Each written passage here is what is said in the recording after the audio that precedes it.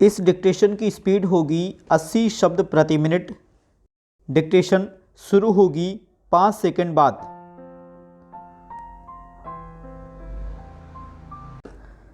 Start. उपसभाध्यक्ष महोदय, rail budget के संबंध में अपने विचार प्रकट करने के लिए आपने जो समय दिया है उसके लिए मैं आपका आभारी हूँ और अपने विचार रखना चाहता हूँ। महोदय, माननीय रेल मंत्री जी रेलवे मजदूर यूनियन से काफ़ी समय से संबद्ध रहे हैं।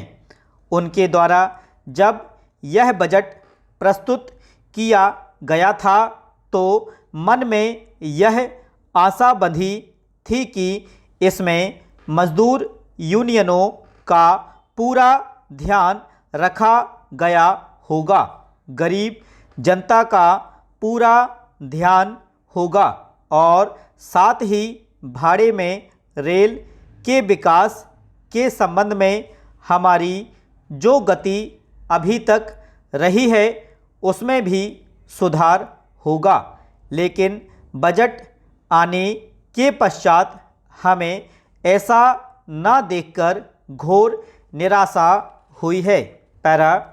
मान्यवर, हमारी रेलें तो पूरे भारत में बिछी हुई पटरियों पर निरंतर चलती आ रही हैं और भविष्य में भी चलती रहेंगी, परंतु बजट के माध्यम से यह प्रदर्शित होता है कि क्या जनता की भावनाओं का सही रूप में प्रदर्शन हुआ है या नहीं।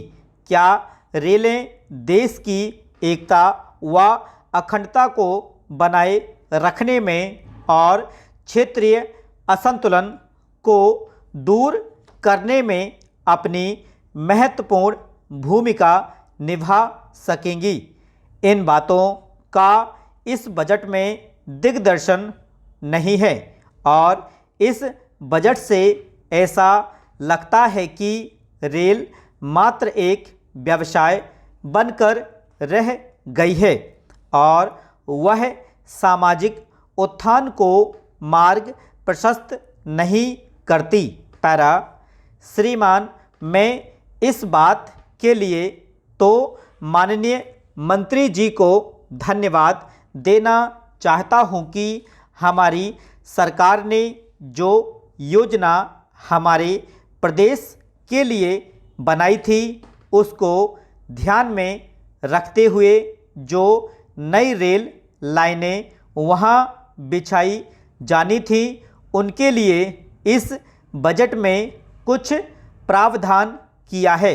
पिछले 3 साल से मैं बराबर अपने इलाके के विकास की ओर विशेष रूप से रेल मंत्री जी से निवेदन करता रहा हूं।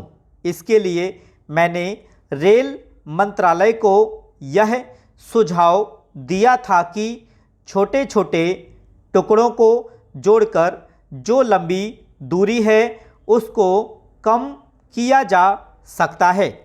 इस पर खर्च भी अधिक नहीं होगा और ऐसे इलाके जो पिछड़े हुए हैं और रेल सेवा से वंचित रहे हैं उनको भी आने जाने की सुविधा मिल सकेगी।